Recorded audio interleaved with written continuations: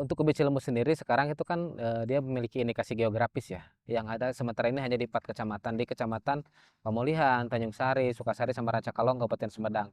Nah, yang menjadi keunikan sendiri ubi Cilembu adalah berbeda dari ubi-ubi jalar yang lain. Nah, yang pertama, dia ketika dibakar, dia mengeluarkan cairan manis seperti madu. Nah, makanya ada juga beberapa orang yang bilangnya ubi Cilembu ini adalah ubi madu. Jadi, dan konsumen saat ini, lebih aware terhadap, dunia apa ya, makanan sehat lah, dan salah satunya ubi Cilembu ini dia memiliki kandungan indeks glikemik gulanya itu sedang, jadi lebih aman untuk penderita diabetes ataupun yang punya, masalah pencernaan seperti itu. Saya pengen, Cilembu ini menjadi tempat wisata khusus ubi Cilembu gitu kan. Jadi kita tuh bukan hanya jual ubinya gitu, tapi kita jual edukasinya, jual view-nya gitu kan, pemandangannya. Dan karena, jangankan orang luar gitu kan, mungkin orang Cilembunya sendiri belum banyak yang tahu bahwa, oh, Cilembu tuh ternyata jenisnya ada banyak loh gitu kan. Terus rancing sendiri itu ada 11 macam loh gitu kan. Dan ubi Cilembu tuh bisa diolah jadi makanan apa aja gitu kan, macam-macam. Ini mungkin jangankan orang luar gitu, orang Cilembunya sendiri atau orang Sumedangnya sendirilah, itu belum banyak yang tahu gitu kan. Itu mudah-mudahan ke depannya bisa bisa selain jual produk jadinya, kita jual ceritanya dan juga kita jual pemandangan alamnya, khusus misalkan kebun ubi gitu kan, seperti itu. Itu sih mungkin ke depan harapan saya. Nah, itu kan, dulu itu, dari daerah asalnya tuh daerah Menes ya, Menes daerah Banten, itu ada yang disebut Tanjung Kait, teman di sini tuh disebutnya terkenalnya namanya Nirkum. Nirkum ini singkatan dari nama Menir Kumpeni. Nah, Menir itu kan tuan atau raja atau bangsawan lah ya, Belanda, Kumpeni itu Belanda lah bilang di sini. Disebut Nirkum itu singkatan dari Menir Kumpeni. Nah, dulu itu ubi Cilembu ini menjadi kudapan, kesukaannya para menir-menirnya Belanda gitu. Akhirnya terkenallah, "Ini ubi dari mana? Ini ubi apa namanya, ubi Nirkum," gitu kan. Karena disukai oleh, bangsawan-bangsawan Belanda seperti itu. Dikenallah sampai saat ini namanya ubi Nirkum seperti itu. Nah, jenis yang kita bilang nenek moyang ya, kita bilang nenek moyangnya ubi Cilembu itu yang Nirkum ya, daunnya agak lebar, kemudian lekukannya dia lebih dangkal. Sedangkan yang rancing dia lebih dalam, daunnya lebih kecil. Yang rancung dia daunnya mirip Nirkum, cuman dia lebih dalam juga, lekukannya itu dari segi daunnya berbeda. Kemudian dari segi umbinya juga berbeda.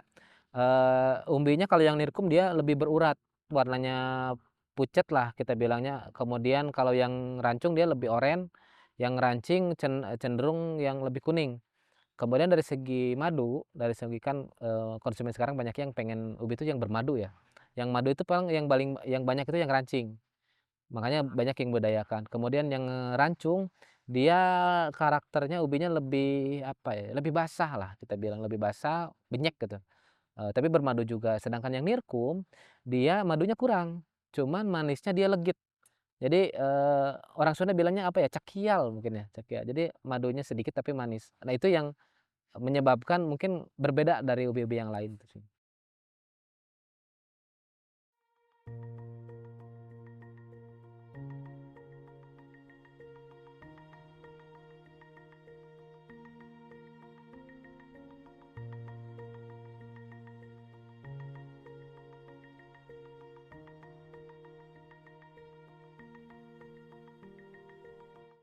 Terima kasih, nama saya Bandi.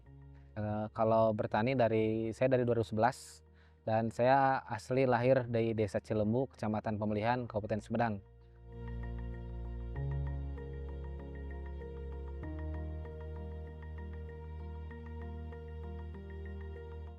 Yang pertama saya lahir dan besar di Desa Cilembu, dan yang, mungkin udah kita tahu ya kalau Desa Cilembu ini yang potensinya, paling besar adalah di ubi Cilembu. Nah, kenapa saya bertahan? Karena saya ingin mengangkat ubi Cilembu ini menjadi lebih luas lagi. Alhamdulillah saat ini kan mungkin, udah dikenal di mana-mana lah luas. Jadi, kenapa enggak, kita mengembangkan yang udah jelas gitu potensinya yang ada di wilayah sekitar kita, khususnya ubi Cilembu lah di sini.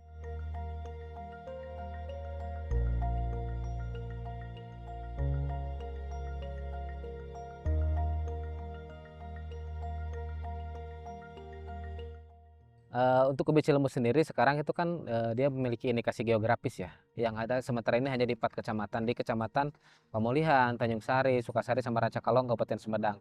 Nah, yang menjadi keunikan sendiri ubi Cilembu adalah berbeda dari ubi-ubi jalar yang lain. Nah, yang pertama dia ketika dibakar dia mengeluarkan cairan manis seperti madu. Nah, makanya ada juga beberapa orang yang bilangnya ubi cilembu ini adalah ubi madu. Jadi, dan konsumen saat ini, lebih aware terhadap, dunia apa ya, makanan sehat lah. Dan salah satunya ubi cilembu ini dia memiliki kandungan indeks glikemik gulanya itu sedang. Jadi lebih aman untuk penderita diabetes ataupun yang punya, masalah pencernaan seperti itu.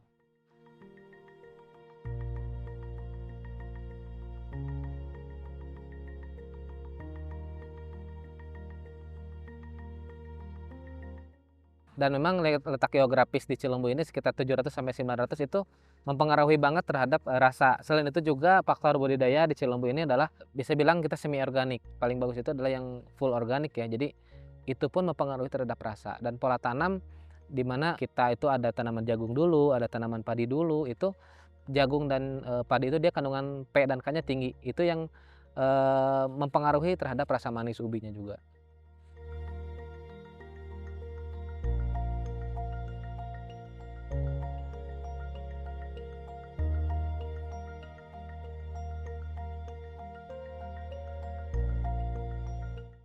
Nah, ubi cilembu ini sebenarnya ada kalau dari indikasi geografis ya ada 3 ya.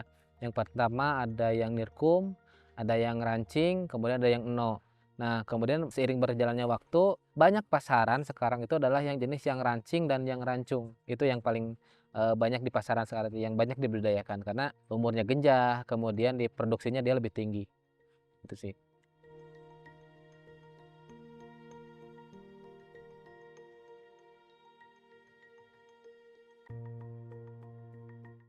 Nah, jenis yang kita bilang nenek moyang ya, kita bilang nenek moyangnya ubi cilembu itu yang nirkum ya, daunnya agak lebar, kemudian lekukannya dia lebih dangkal. Sedangkan yang rancing dia lebih dalam, daunnya lebih kecil. Yang rancung dia daunnya mirip nirkum, cuman dia lebih dalam juga, lekukannya itu dari segi daunnya berbeda. Kemudian dari segi umbinya juga berbeda. Umbinya kalau yang nirkum dia lebih berurat, warnanya pucet lah kita bilangnya. Kemudian kalau yang rancung dia lebih oranye, yang rancing cenderung yang lebih kuning. Kemudian dari segi madu, dari segi kan, konsumen sekarang banyak yang pengen ubi itu yang bermadu ya. Yang madu itu paling yang banyak itu yang rancing, makanya banyak yang membudidayakan. Kemudian yang, rancung, dia karakternya ubinya lebih apa ya, lebih basah lah kita bilang, lebih basah, benyek gitu. Tapi bermadu juga. Sedangkan yang nirkum, dia madunya kurang, cuman manisnya dia legit. Jadi, orang Sunda bilangnya apa ya, cakial mungkin ya, cakial. Jadi madunya sedikit tapi manis. Nah itu yang menyebabkan mungkin berbeda dari ubi-ubi yang lain itu sih.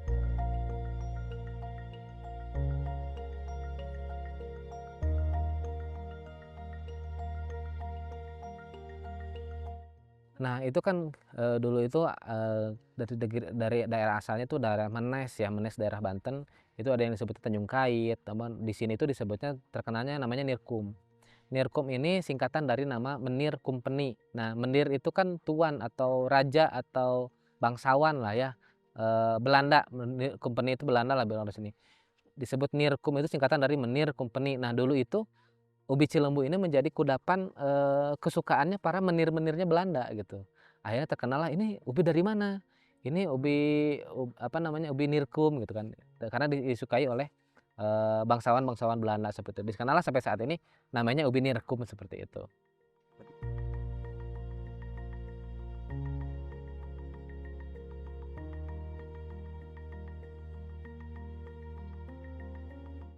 Nah, di Bantennya sendiri yang jenis Menes atau yang jenis Nirkum ini sebenarnya udah nggak ada. Kita udah pernah, survei juga ke sana ternyata memang adanya di sini sekarang gitu. Jadi beradaptasi di sini karena iklimnya cocok, hasilnya bagus, akhirnya dia lebih adaptif di sini seperti itu.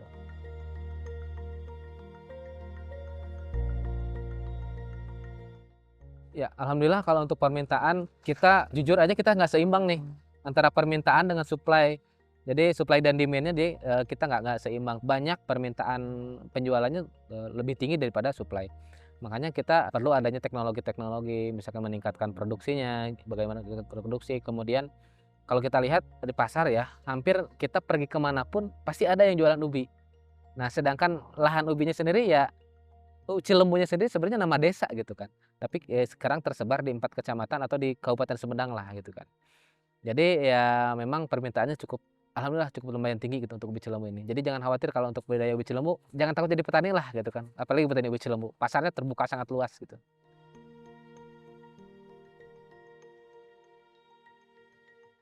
Mungkin kita runut ke belakang sedikit ya, katanya ubi cilembu itu hanya bagus di Cilembu gitu kan. Itu bisa dibilang mitos, bisa dibilang fakta. Kalau mitosnya itu karena dulu katanya ada, apa namanya, zaman dulu ya bilangnya kan "saciduh metu saucap nyata" gitu katanya orang zaman dulu tuh.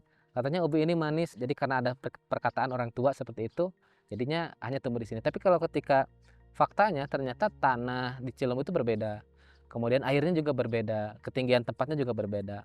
Nah, tadi kalau misalkan hanya faktor itu, bisa iya, bisa tidak. Ubi cilembu bisa tumbuh di luar Kabupaten Sumedang, bisa ditumbuh di luar 4 kecamatan tadi, cuman mungkin, syarat tumbuhnya harus dipenuhi. Kayak misalkan ketinggian tempat, faktor tanahnya, suhunya, udaranya, dan lain-lain itu harus dipenuhi. Kalau kita bilang apakah nanti hasilnya sama, mungkin sama persis tidak, tapi mirip-mirip mendekati iya.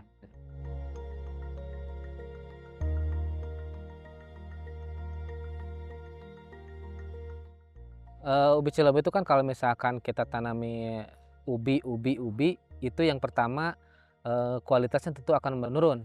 Karena apa namanya, di situ ada hama dan penyakit. Ketika, siklus ubinya terus-terusan ubi, hama yang biasa atau penyakit yang bisa menyerang ubi, itu akan tetap hidup.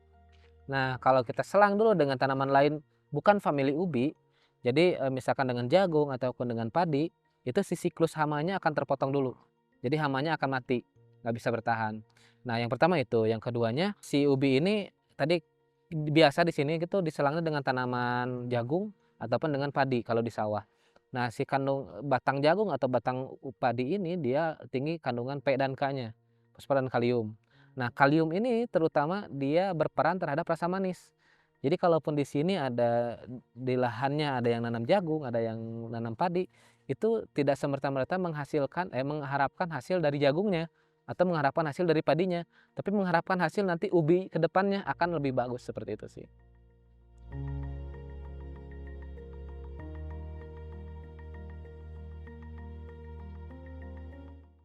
Kalau misalkan, bagi orang awam yang pengen beli ubi cilembu yang kayak gimana sih? Yang pertama, kalau mau beli mentah, pilih yang warnanya belang sapi ataupun agak hitam.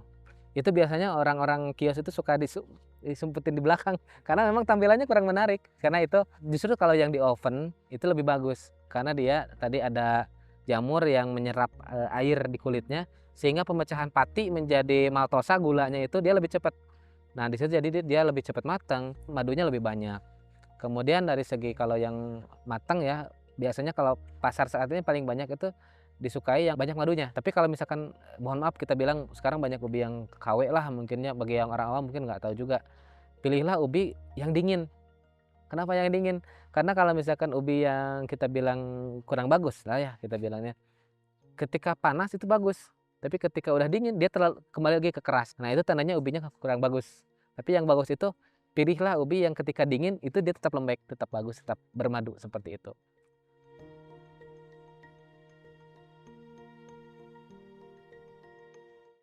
Kalau saya sekarang, lebih fokus di olahan ya, bikin keripik, sistik, kremes, dan lain-lain, bahan bakunya ubi. Yang paling menyedihkan dulu ketika saya belum, bikin olahan, ubi yang oversize, kita bilang di sini dongdot ya namanya, yang ukuran 500 gram ke atas, itu hanya dibuang percuma. Kadang, dijual pun hanya laku 500 perak lah. Waktu itu kita kebetulan pas panen ubinya oversize semua gitu kebanyakan. Ya akhirnya kita terbuang sia-sia gitu kan. Karena mau dibagiin ke tetangga, tetangga pun tukang ubi semua gitu kan di sini. Akhirnya kita berpikir gimana nih caranya, ya udah kita bikin olahan. Menjadilah, waktu itu di tahun 2011 kita bikin stik, bikin keripik, dan lain-lain. Kalau yang paling membanggakan, alhamdulillah dengan ubi cilembu ini yang pertama kita meningkatkan kesejahteraan para petani ya khususnya. Dan saya bisa kenal dengan banyak orang hebat loh, banyak orang gede. Yang pertama saya pernah ikut pameran, di Kementerian Pertanian, ada bertemu dengan Pak Menteri. Kemudian waktu itu kita di 2014 juga kita pernah ikut, pameran Slow Food Foundation Art of Taste itu di Italia. Kita bawa ubinya dan juga bawa dodolnya waktu itu. Kemudian juga banyak juga sekarang tamu-tamu yang berdatangan dari Jepang, dari Korea, terakhir dari Italia. Kemudian ada beberapa liputan-liputan kayak dari misalkan TV nasional, TV lokal dan lain-lain itu berkat ubi Cilembu gitu. Kalau misalkan saya nggak bertani ubi Cilembu, ya nggak mungkin gitu saya bisa sampai seperti itu gitu.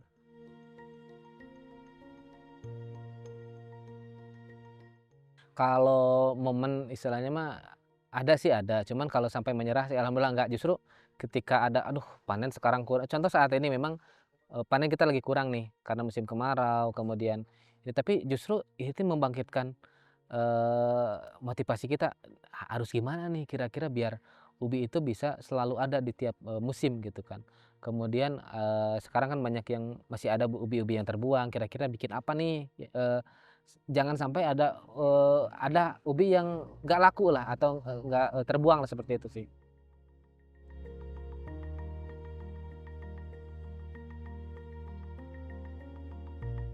Kalau buat anak generasi muda, jangan takut untuk bertani, terutama ubi Cilembu gitu kan.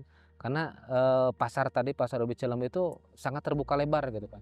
Apalagi dengan, tren saat ini yang main medsos gitu kan dan lainnya itu sangat-sangat terbuka gitu untuk peluang usaha usaha baik di hulu ataupun di hilirnya gitu kan, untuk khususnya ubi Cilembu. Nah kemudian untuk harapan saya ke depan, saya pengen, Cilembu ini menjadi tempat wisata khusus ubi Cilembu gitu kan. Jadi kita tuh bukan hanya jual ubinya gitu, tapi kita jual edukasinya, jual view-nya gitu kan, pemandangannya. Dan karena, jangankan orang luar gitu kan, mungkin orang Cilembunya sendiri belum banyak yang tahu bahwa, oh Cilembu tuh ternyata jenisnya ada banyak loh gitu kan. Terus rancing sendiri itu ada 11 macam loh gitu kan.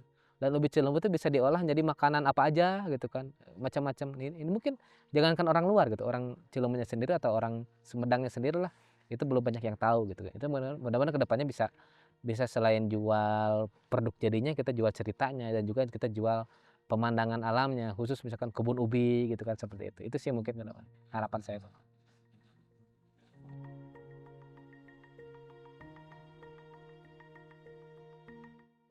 Kalau olahan, saya ada beberapa olahan, yang pertama ada keripik ubinya ada 11 varian rasa, brand-nya Mautik ya, ubi Cilembu Mautik, itu kita ada keripik ubi 11 varian rasa, ada sistik ubi, ada 2 varian rasa, ada kremes ubi, ada egg roll ubi, ada dodol ubi, kemudian kita juga saat ini lagi pengembangan gula ubi. Nah, jadi kalau misalkan orang lain katanya ubi Cilembu disuntik gula, nah kita balikin, gulanya kita bikin dari ubi gitu. Gula ubi, kemudian bahan setengah jadinya kita ada pati dan juga ada tepung ubinya. Itu macam-macam dengan brand Mautik, nanti mungkin bisa di-searching juga ya.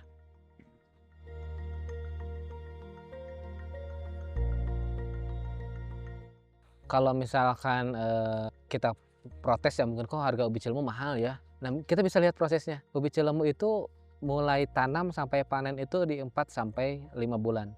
Sedangkan yang nirkum itu 6, 8 bulan. 6 sampai 8 bulan petani itu mungkin hanya punya untung 1.000 atau Rp2.000. Jadi, hargailah gitu usaha petani. Bagi petani mungkin 1.000, 2.000 itu sangat berharga, sorry. Jadi itulah, butuh proses untuk menghasilkan sesuatu hal yang manis seperti ubi Cilembu.